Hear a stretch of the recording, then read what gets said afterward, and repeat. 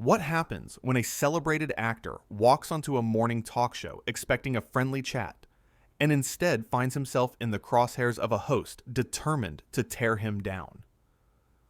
In just 46 seconds, Lorraine Kelly went from smiling television presenter to the most despised woman on British television.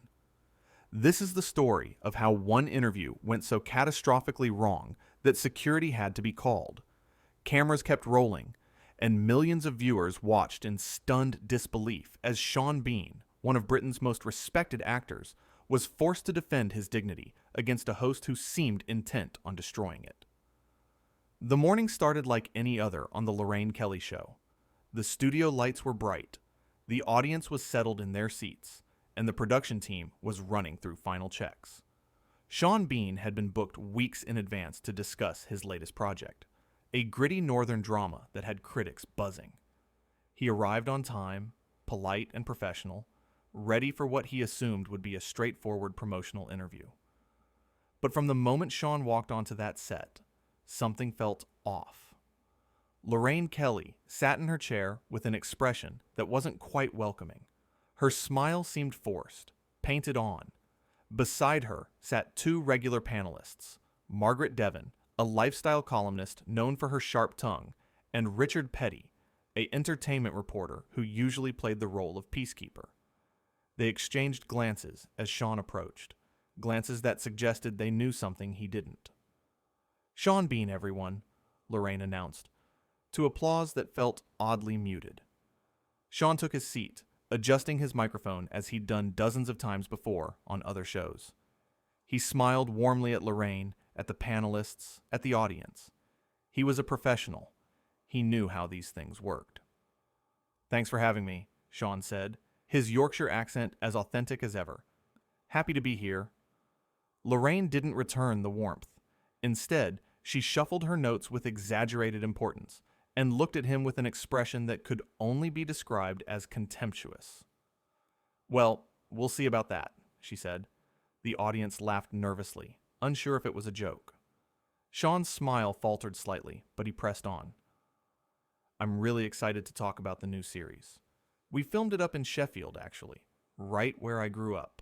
And—" Yes, Sheffield," Lorraine interrupted, waving her hand dismissively. "We'll get to your little show in a moment. First, I think we need to address the elephant in the room, don't you?" Sean looked genuinely confused. "I'm sorry, what elephant would that be?"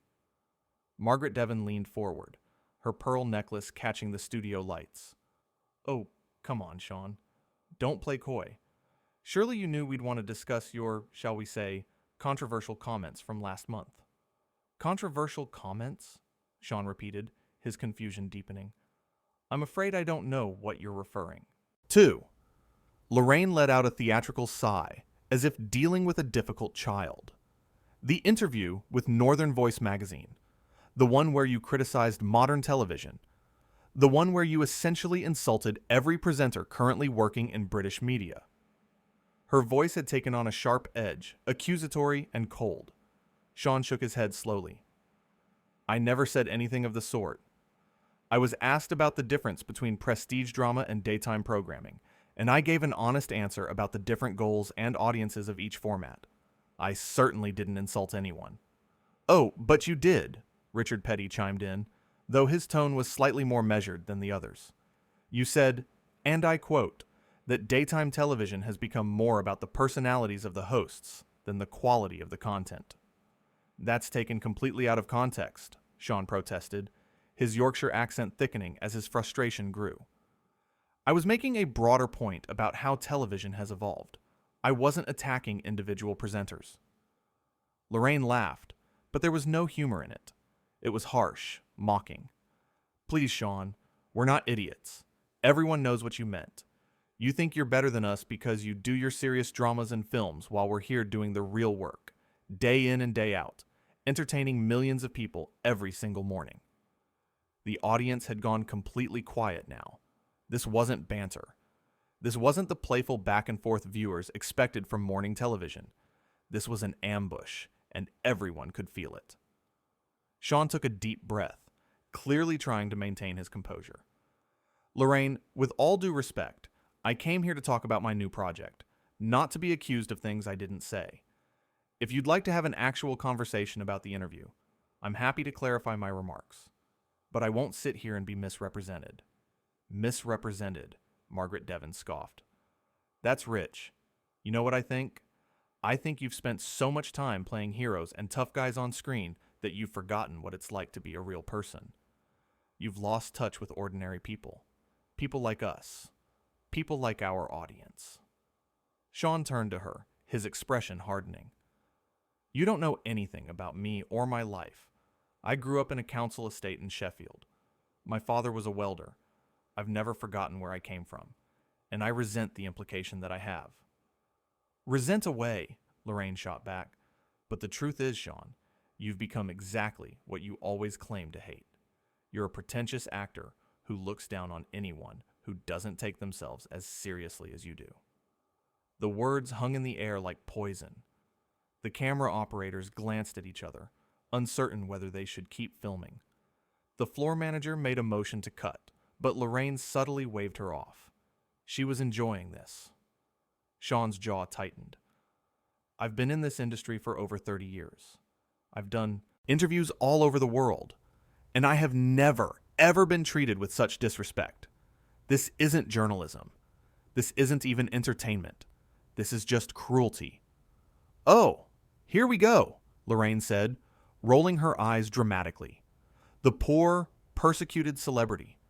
Do you know how many actors would kill to be sitting in that chair right now? How many people would be grateful for the exposure, for the opportunity to be on this show? Then perhaps you should have invited one of them instead, Sean replied, his voice steady but cold. Richard Petty attempted to intervene, sensing the situation spiraling out of control. Look, maybe we can all take a breath here and... Stay out of this, Richard, Lorraine snapped, not taking her eyes off Sean. Mr. Bean and I are having an honest conversation for once. Something he apparently values highly, according to that interview. Honest? Sean repeated incredulously. There's nothing honest about this. You invited me here under false pretenses. You've twisted my words, and now you're attacking me personally. What exactly is your goal here, Lorraine? Lorraine leaned back in her chair, a satisfied smirk playing at her lips. My goal is to show our viewers who you really are, Sean. Not the working-class hero you pretend to be. Not the serious artist. Just another actor with an ego the size of London who can't handle being questioned. The audience gasped audibly. Several people looked uncomfortable, shifting in their seats. This had crossed a line, and everyone knew it. Sean stood up slowly, carefully removing his microphone. I'm not doing this, he said quietly. I won't be part of whatever this is. Sit down, Sean, Lorraine commanded, her voice sharp. We're not finished. Oh, we're finished, Sean replied. We were finished the moment I walked out here and realized this was never meant to be an interview. This was meant to be a humiliation. Margaret Devon jumped in again, her voice dripping with disdain. How very dramatic. I suppose we should expect nothing less from someone who's made a career out of dying on screen. What is it now, Sean? 200 deaths? 300? Maybe you should add this interview to the list. Sean looked at her with something close to pity. Do you even hear yourselves? Do you realize how bitter you sound? We're not bitter, Lorraine insisted, her voice rising. We're honest. Unlike you, hiding behind your common man routine while living in your expensive house and driving your fancy cars. You want to talk about being real? Let's talk about how you've completely sold out, how you'll take any role now if the price is right, how you... That's enough, Sean interrupted, his voice firm but not shouting. I've listened to your insults, your accusations, your complete disregard for basic professional courtesy. But I'm done. I'm walking out of here, and you can explain to your viewers why you wasted everyone's time with this circus. He began to walk toward the edge of the set, but Lorraine wasn't finished. You walk off this set, Sean Bean, and you'll prove everything I just said about you. You'll prove that you can't handle criticism, that you're nothing but a coward who runs away when things get difficult. Sean stopped, turning back to face her one final time. You know what the difference is between criticism and what you're doing, Lorraine? Criticism is constructive. It's meant to illuminate, to educate, to improve. What you're doing is just bullying. You're using your platform, your power, to tear someone down for your own entertainment. And if you think that makes you a good host, a good journalist, or even a good person, then I genuinely feel sorry for you. The studio had gone absolutely silent. Not a single person moved. Even the camera operators seemed frozen in place. Lorraine's face had turned red. Whether from anger or embarrassment, it was impossible to tell. How dare you come onto my show and lecture me about... It's not your show, Sean interrupted, his voice calm but absolute. It's the network's show. It's the crew's show. It's the audience's show. You're just the person they hired to host it. And judging by this performance, they might want to reconsider that decision. Margaret Devon stood up abruptly, pointing at Sean. You can't talk to her like that. Who do you think you are? I think I'm someone who deserves the same basic respect you'd show to anyone else, Sean answered. I think I'm someone who made the mistake of assuming this would be a professional environment. And I think I'm someone who's leaving now. Richard Petty finally found his voice again, standing as well. Sean, please, let's all just calm down and... I am calm, Richard, Sean said, and remarkably, he was. Despite everything, his voice remained steady, controlled. I'm calm because I know I've done nothing wrong. I came here in good faith. I was prepared to have a pleasant conversation about my work. Instead, I was ambushed. That's not on me. That's on her.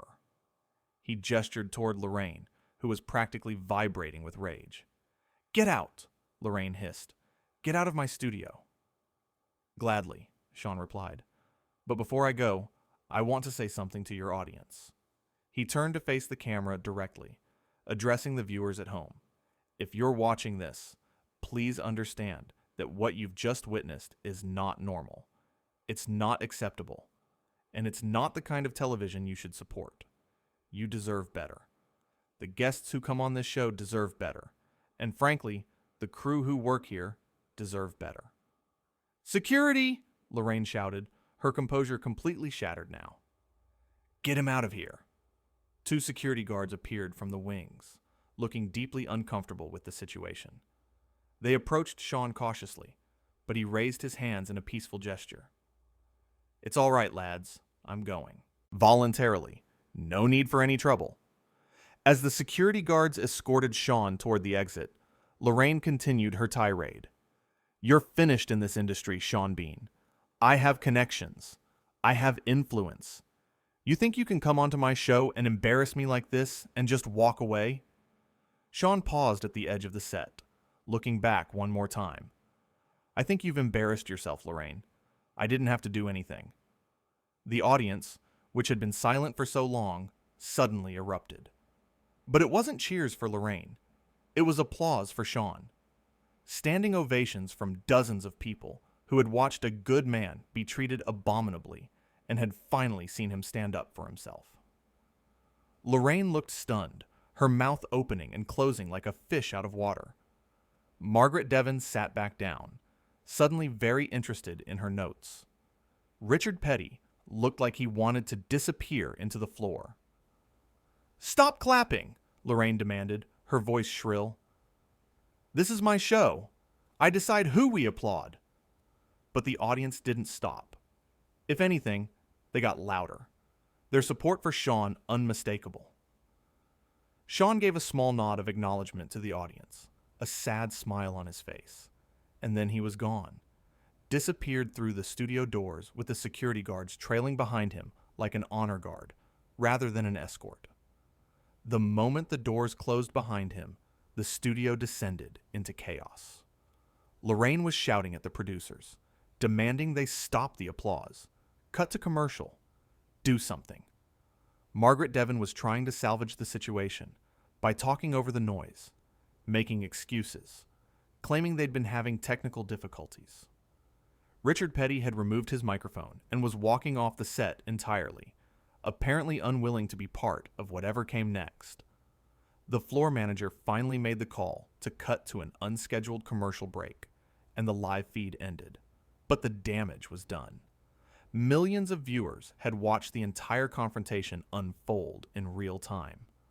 Social media was already exploding with reactions, most of them furiously defending Sean and condemning Lorraine. In the green room, Sean sat alone for a moment, processing what had just happened. His hands were shaking slightly, the adrenaline finally catching up with him. But there was also a sense of relief. He'd stood his ground. He'd refused to be bullied. He'd maintained his dignity even when someone was actively trying to strip it away. A young production assistant knocked timidly on the door. "Mr. Bean, I'm so sorry about what happened out there. That was completely out of line. We all know it. Is there anything I can get you?" Sean shook his head gently. "No, thank you.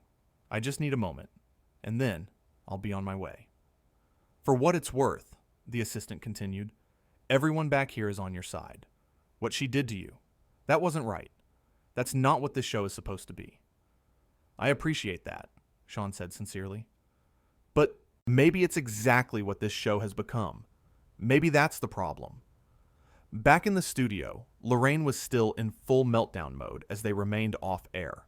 She was screaming at producers, at directors, at anyone within earshot. This is his fault. He came in here with an attitude. He was looking for a fight. But nobody was agreeing with her. The looks on the faces of the crew told a different story. They'd all seen what really happened. They knew who the aggressor had been.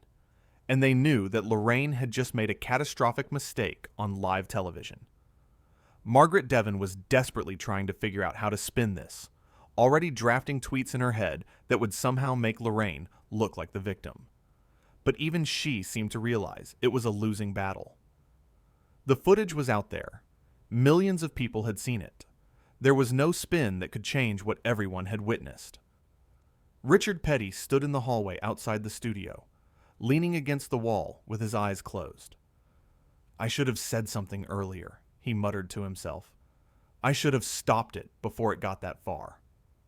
Inside the green room, Sean stood up, straightened his jacket, and prepared to leave.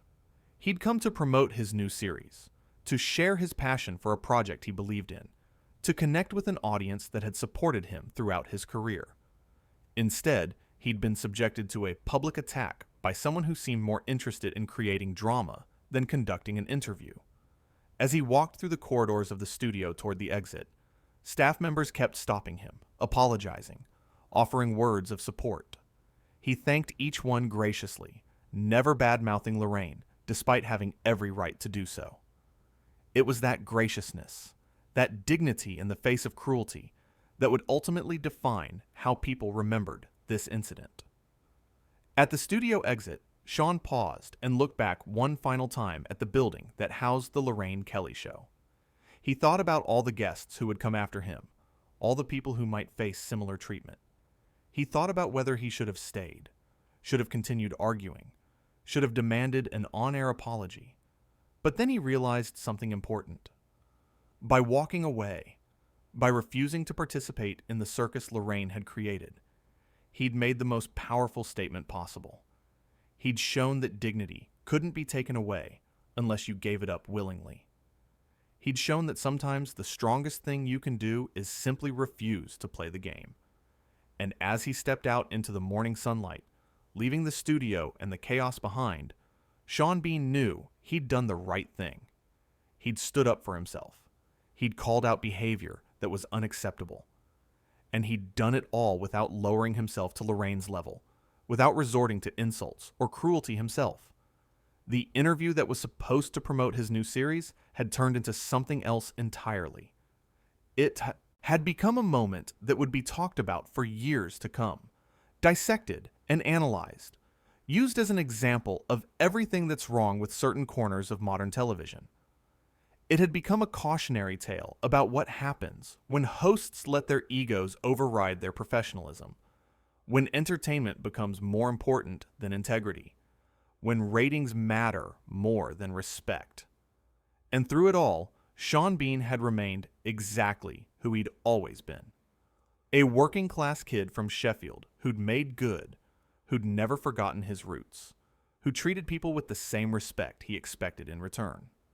A professional who understood that fame didn't make him better than anyone else, but also understood that it didn't make him less deserving of basic human dignity. As he climbed into the car that would take him away from the studio, Sean allowed himself a small smile. He'd survived worse than Lorraine Kelly. He'd died dozens of times on screen, faced down orcs and White Walkers, played heroes and villains, and everything in between. One hostile talk show host wasn't going to break him, and somewhere in that studio, as producers scrambled to figure out how to salvage the rest of the show, as Lorraine continued to insist she'd done nothing wrong, as Margaret Devon typed furiously on her phone and Richard Petty considered whether he even wanted to remain part of the program, the truth was becoming undeniable to everyone. This wasn't just a bad interview. This was a turning point. This was the moment when a respected actor said, "Enough is enough." When he drew a line in the sand and refused to cross it, even when pressured, even when insulted, even when threatened. And that moment, those 46 seconds when everything changed, when Lorraine Kelly went from television presenter to cautionary tale, would not be forgotten. The cameras had captured everything. The audience had witnessed it all. And millions of viewers at home had watched in real time as a good man was attacked for no reason other than to serve the ego of a host who'd forgotten that her job was to illuminate her guests, not diminish them. What happens when a beloved actor refuses to play along with a talk show host's cruel game? He walks away with his dignity intact, his reputation enhanced, and his integrity unquestioned. And he leaves behind a host who has to explain to the world why she thought cruelty was entertainment, why she thought bullying was journalism, why she thought her platform gave her the right to treat another human being with such contempt. Sean Bean had won without throwing a single punch, without raising his voice, without stooping to insults. He'd won simply by being decent, by standing firm, by refusing to accept treatment that no one should have to endure. And that, in the end, was the real story. Not the confrontation itself, but the grace with which one man handled it.